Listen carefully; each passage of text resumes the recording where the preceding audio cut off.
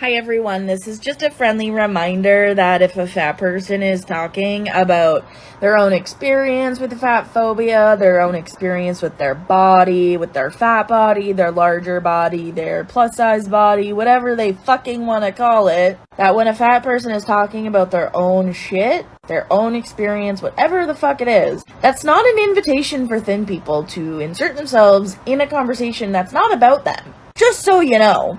Because when a marginalized person, yes, because fat people are marginalized, if you don't fucking understand that, then look at intersectionality and the different intersections, because body size is one of them. Back to the point, it's not an invitation for thin people to just enter into the space of fat people to talk about themselves. No offense, but this isn't fucking about you. And if you think it is, that's your own fucking projection. Go to therapy and let fat and marginalized people talk.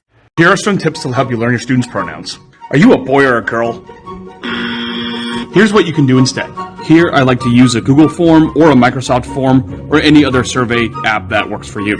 I've stopped asking what your preferred pronouns are, and instead I say what are your pronouns, because your pronoun is part of your identity and not just a personal preference. One of the very important questions I like to ask is, may I use these pronouns in front of your parents or guardians? The reason why is because students may feel comfortable around you or their peers, but they might not be ready to let their parents know which pronouns they are using. And if a student uses different pronouns with you, their peers, or their parents, it's not your business to ask why. Using their pronouns respectfully is a great way to start building that relationship. That time I played tug-of-war with a baby.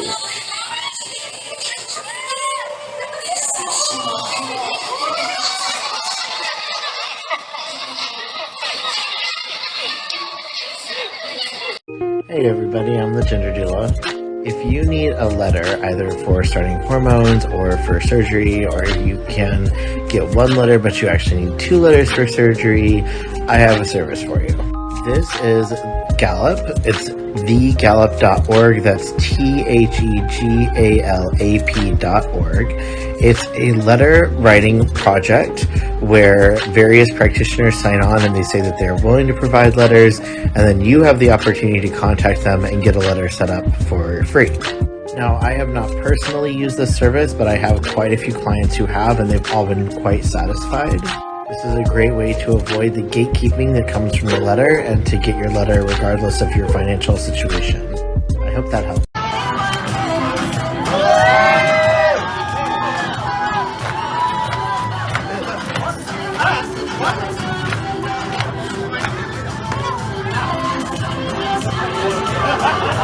Okay, so, hi.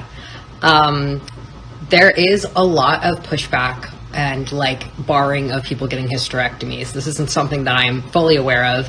I know a lot of cis women who have wanted to get hysterectomies and their doctors straight up refuse to give them hysterectomies.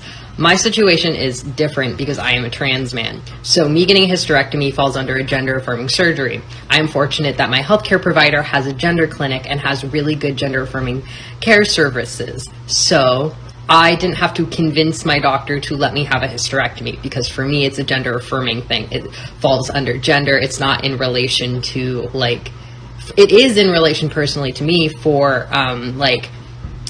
reproductive health care, because I'm getting it taken out of me because I do not want to have babies. But also it is gender affirming care because I am a trans man. So that is why I was able to more easily be approved for a hysterectomy. I didn't have to fight it as much as people who are not trans men have to fight it. This doesn't mean that it is easy for trans men to get hysterectomies. I'm just fortunately living in a state and with a healthcare provider that makes it easier. Dreaming.